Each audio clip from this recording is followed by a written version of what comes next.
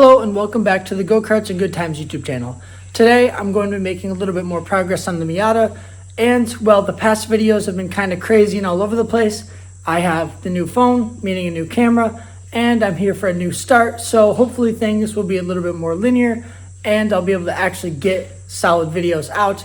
In the meantime, will I try and get a little bit more done on the weekends or with whatever spare time I have to get this car closer to completion.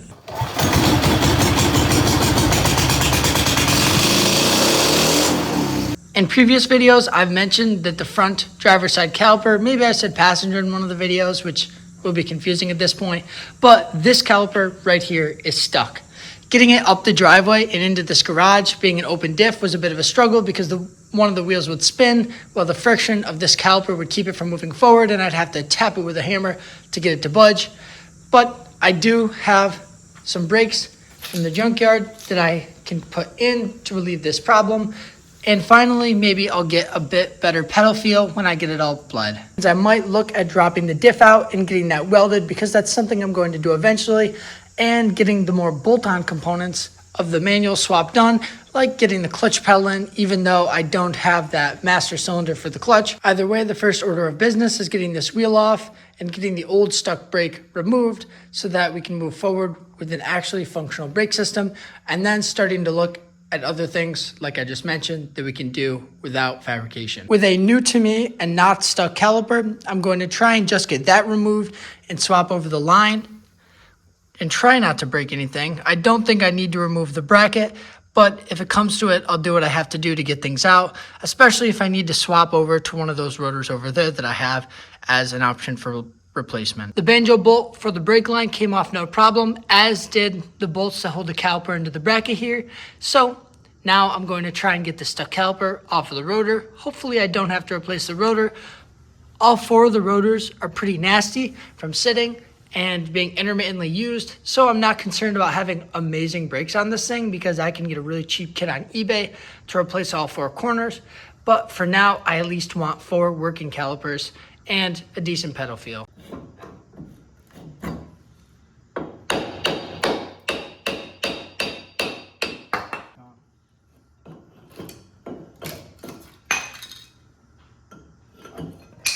It's a good thing that I did pick up pads while I was at the junkyard too, pulling off a replacement caliper, because the ones on the stuck caliper are completely gone, probably because of the excess pressure that's been on these as the car is being moved around.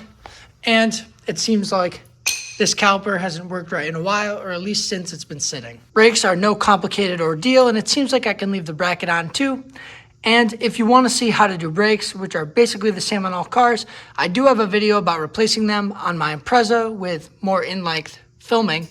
But I'm going to throw these new pads on, get the new caliper in, and then we can get to bleeding the brakes. The new caliper is on, and so is the brake line, so now we can get to bleeding it and see if we get a little bit of that pedal feel that I was missing back in the brakes. Before, even if you had a breaker bar across the lug nuts and tried to spin it, you'd have a real hard time even getting it to budge a fraction of an inch. But now it spins freely until you hit the brakes, and obviously it doesn't move with them bled. I think I might have to go back and bleed the rear now, because if there's a little bit of air introduced into the system, this is the closest caliper to the brake master. So while we have the rear wheels off, I might go ahead and do that, make sure there's no air in the lines, but already the pedal feels a lot better than it did. And for anyone who may have been concerned about my repair job to the frame rail and some of the patchy rusted metal up here, I have the car jacked up by my frame rail, and I observed no flex in the floor nor in any of the surrounding metal, so I think it'll be just fine. This thing's crusty as all hell, but here's the diff. It's currently an open diff, and apparently looking it up, this thing has 430 gears, which is kind of crazy. But I'm gonna get some penetrating oil soaking on these bolts, try and get the axles undone, try and get the drive shaft undone, the power plant frame, and then get this thing dropped out. There's many other videos online of how to get these things removed, but it's pretty simple because Miatas have a very basic setup here. Basically, if you see any bolts attaching either spinning shafts or mounts of the differential to the car, take them out, and I'll probably have to undo the upper control arm here and tilt the wheel out so that I can slide the axle out enough to drop it. but I'm just going to get going and update you if I run into any difficulties. Like I said earlier, it's not a crazy process. It's just axles, drive shaft, power plant frame. Take off the upper control arm so that you can get the axle slid out, and then you just have to get the thing out of where it's being held by the diff ears. With a bit of cutting, the diff is finally removed. And by cutting, I mean the diff bushing retainers, which unfortunately were basically unsalvageable because of how rotted those nuts I showed you earlier were.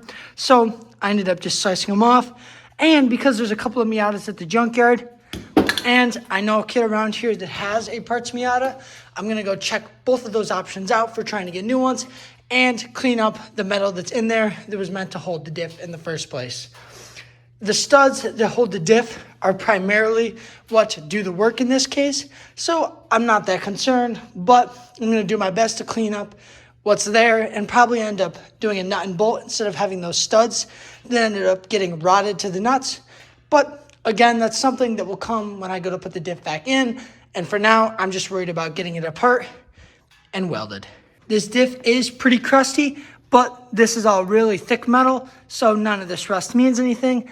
And it feels smooth, so I'm not worried about the diff actually being bad or anything. It didn't show any problems when I was driving it around, so I'll have to get it apart and look at the insides.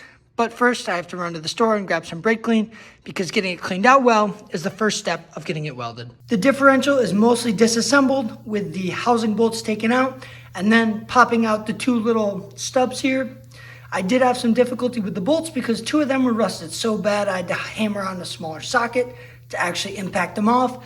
But now I can get the diff set up and get the cases cracked and look inside. With a bit of a mess created, the diff is finally as a part I need it to weld together the spider gears inside the open center of the differential. Well, these diff bushings should be replaced and will be eventually.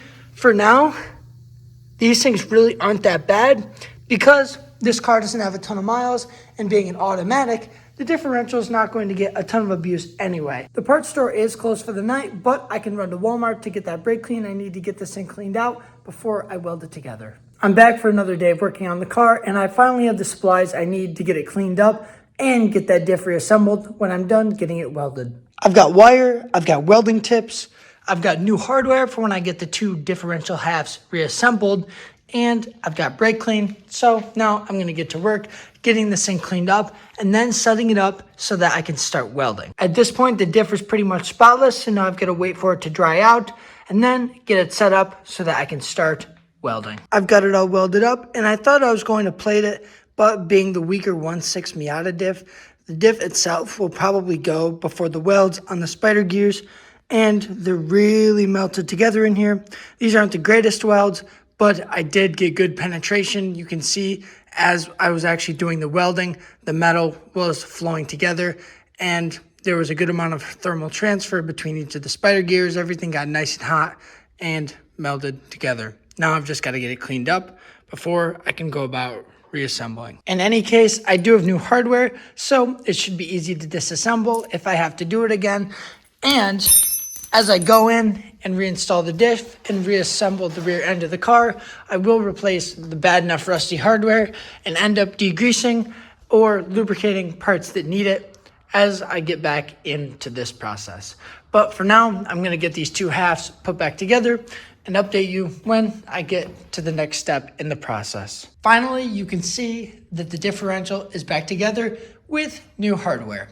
As I put things back together, like the spacer, the flange, I did wire wheel them, and then I put some grease or some WD-40 on them to help slow down the rust, even though there's still non-coated metal pieces that will eventually corrode. But you can see it's welded. And now I've just got to wait for the RTV to set up the proper amount of time before I put this thing back in the car and fill it with fluid. Like I mentioned earlier in the video, the diff bushing retainers are pretty much toast, and I'll be putting the diff back in the car before I get new ones, but I don't think that's an issue anyway. I always did plan to get a new set of these, but looking at how they actually mount in the car, this part of the metal is right up against the metal sleeve in the bushing, and these bits of rubber go against the aluminum, so it provides a little bit of dampening, but it really doesn't do all that much.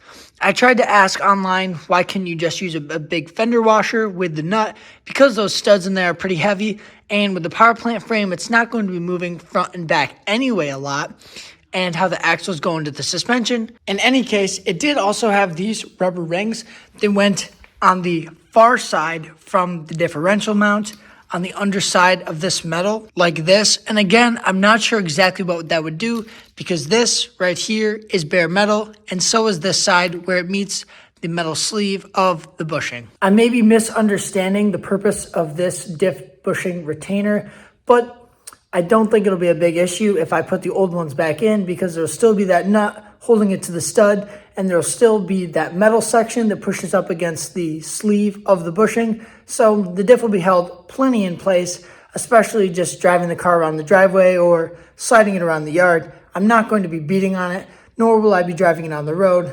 In any case, I do have to get the car moved, so it'll be fine for now. I'm sure I'll end up cutting down my whole spiel about the diff bushing retainer, because I will be reusing these for now, and I don't know how important it is to use it like it came from the factory. But in any case, let's get this thing into the car. With a little bit more difficulty than expected, the differential is back in, all of the hardware is secured, and now it's ready to receive some new gear fluid. With the diff full of new fluid, I'm now going to get the car back on the ground and pull it out so I can get the area cleaned up and see how it works.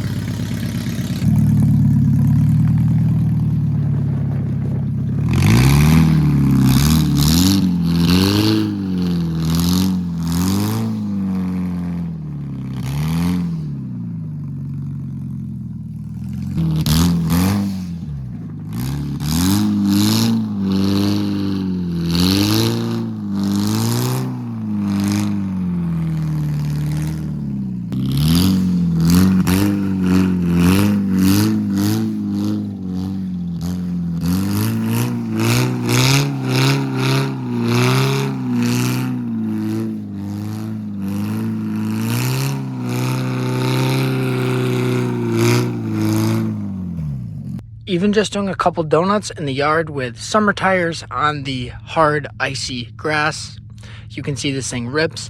And when it has a more dialed setup, obviously when it has good wheels and tires, has a manual transmission so you can do clutch kicks, and the handbrake is working a little bit better, this thing would be an absolute monster. But this is the kind of thing that keeps me going, these little checkpoints that are really awesome and give me the joy working on this car.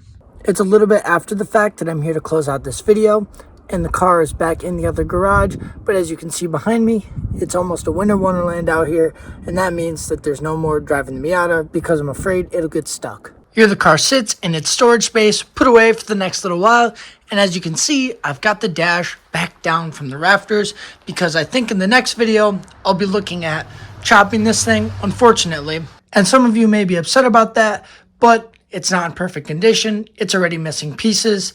It's missing this chin piece here. I never had a tombstone for it. And like I said in many other videos, this car's not going to have an interior, and I'm going to fit this to my needs, whether that be switches, gauges, or whatever, so that I can still retain the factory cluster and get this thing in being as least obtrusive as possible and with the least amount of weight added for nonsense. Anyways, I hope you enjoyed. I didn't get a whole lot accomplished in this video, but now finally I have a full working brake system, and with a welded diff, I'm one step closer to having this car somewhat complete, and this means it'll have a much harder time getting stuck, moving it around in snowy or wet conditions. So it's a step that needed to be taken for the car. If you did enjoy, I'd appreciate it if you like, comment, or even subscribe to the channel, and stay tuned for more content on this car, and maybe a video involving the Impreza sometime soon. But for now, this is me signing off.